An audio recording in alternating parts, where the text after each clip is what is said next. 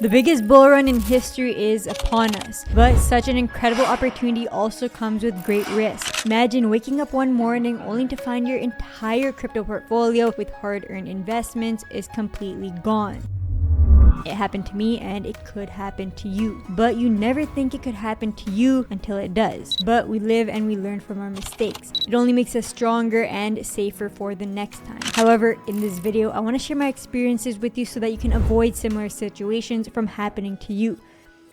Let's face it, navigating the world of crypto can be scary, and even two-factor authentication can't save you from some of these scams and hacks. So stick with me and we'll make sure that you stay safe as the market heats up and avoid the financial and emotional burden that comes with such situations. Trust me, you don't want to skip this one. Even the most protected individuals are at risk.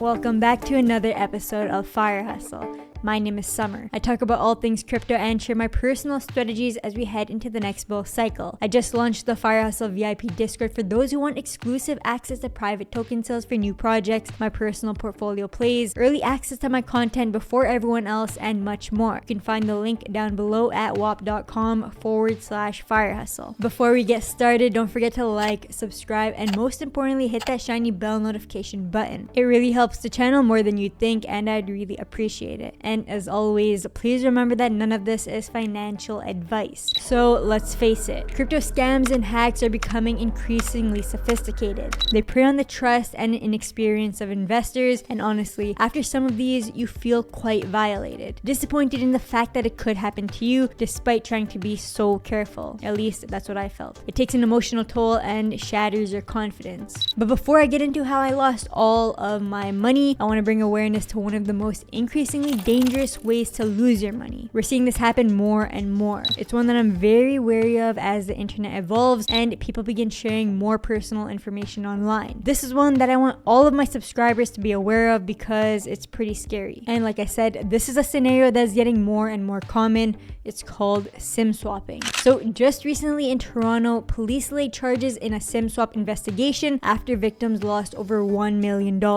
And this is just one recent case of many. There have been millions and millions of dollars lost in SIM swaps in the US and more. The FBI says that victims lost $68 million to the SIM card-based scams in 2021, compared to just $12 million in the 3-year period between 2018 and 2020. Anyone with a smartphone should be careful of this one. SIM swapping is also known as SIM hijacking. It's basically when someone convinces your mobile carrier to transfer your phone number to a SIM card that they control. How the heck do they do this? Well, here's how a typical scenario would look like. So the hacker would gather your personal information, and with AI getting better and better every day, you'd be surprised how easy it is to find information about you online. Even if you think that your information isn't there, there might be something that they can find with the help of AI. They then contact your carrier and use this information, and it may even impersonate you and request a SIM card swap. They may pretend to be you and claim that you lost your phone and need the number to be added to your new one. Sometimes the phone company themselves and their employees are even involved in the scams,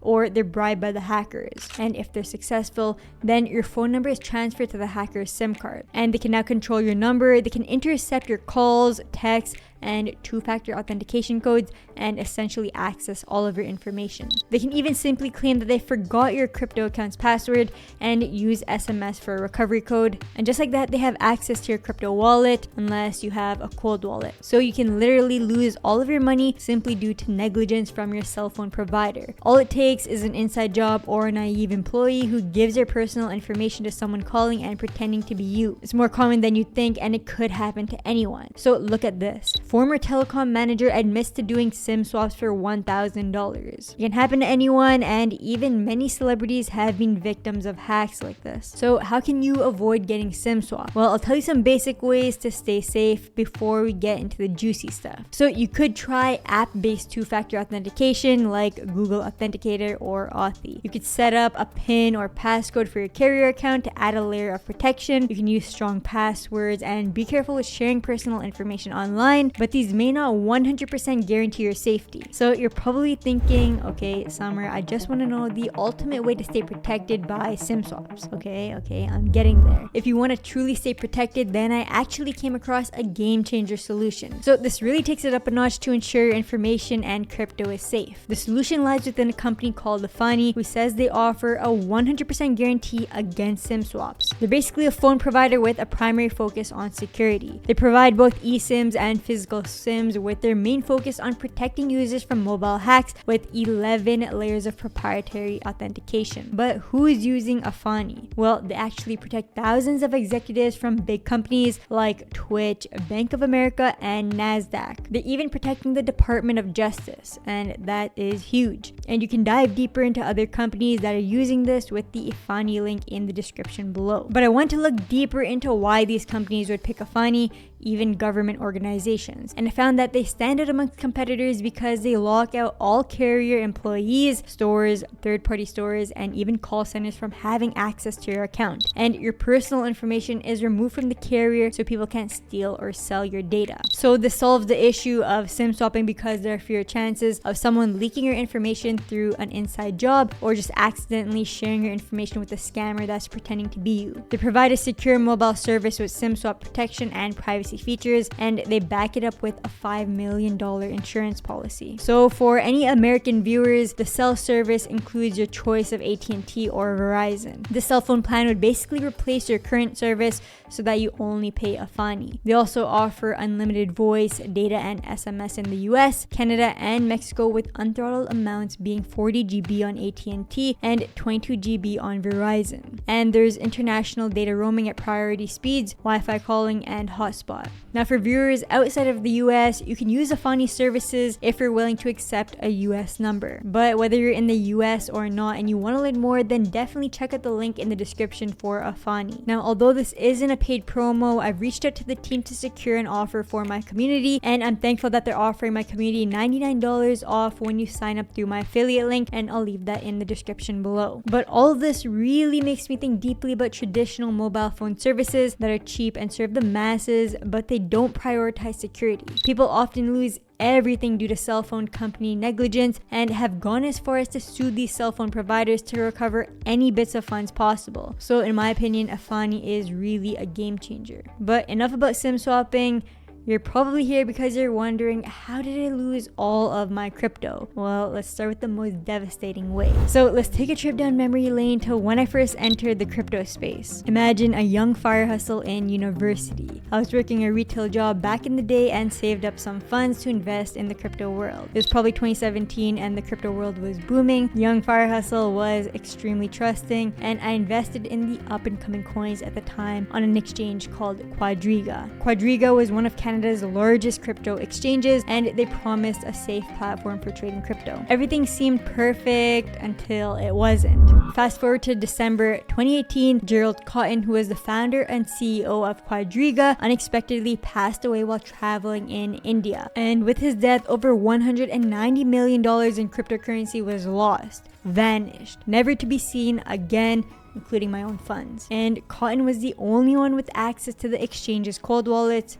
supposedly. So there were thousands of people with frozen accounts and no one could access any funds, and weeks turned into months with no resolution in sight. Now obviously there were rumors and people wondering if Cotton's death was real or was it just an elaborate exit scam. And of course, after investigation, it was just summed up to mismanagement, missing funds, and a company that was on the brink of collapse even before Cotton's death. But this is just one scenario. It gets worse, and I'll get into some examples in just a minute. But personally, this was a harsh lesson for young FireHustle and many others. But what can we take away from this? Well, first of all, not your keys, not your crypto. So after that whole fiasco, I always now store my crypto in a hardware wallet. So with the cold wallet, you can store your private keys completely offline. And if you're not familiar, a private key is like a personal password that's required to sign transactions and prove that you are indeed the owner of the cryptocurrency. So if you want to send out any crypto, you'll need to approve this transaction using your private keys. And if your private key is protected by a cold wallet,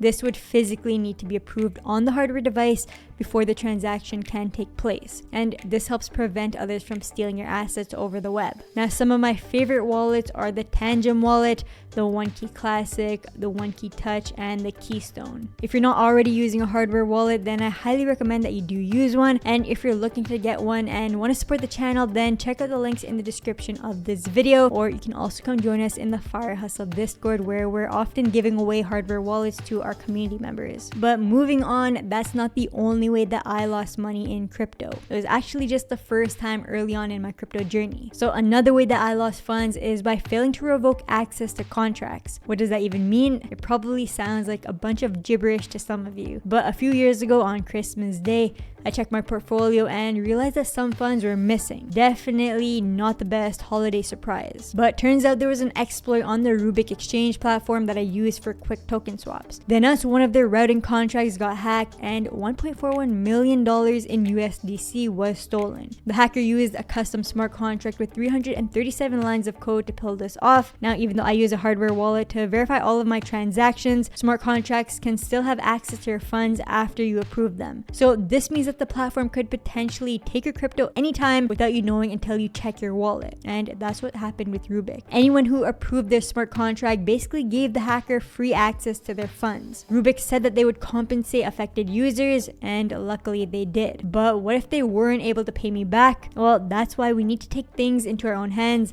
to prevent these things from happening. So the first thing that I did was check all of my approved smart contracts. You might find that you've approved contracts for unlimited amounts, basically giving others open access to your funds. It's best to revoke access to these contracts once you're done using them. Sites like revoke.cash and Unrec can help you do this, and I recommend revoking access immediately after interacting with a smart contract, especially for platforms used for swapping funds. But if that's too tedious or costly due to the gas fees, you can also revoke contracts at the end of each day or week. The key here is to minimize how long a contract approval stays active when not in use. Another safety measure for this could be using separate wallets for different purposes. So have one wallet for interacting with smart contracts and another to hold your funds. This way, even if a contract is compromised, your main funds are safe. You can also distribute different token types across different wallets to protect against losing everything in case of an exploit or hack. And by regularly revoking contract approvals and using multiple wallets, you can significantly reduce the risk of smart contract exploits. Now, these are just 3 ways how people have lost their money in the crypto world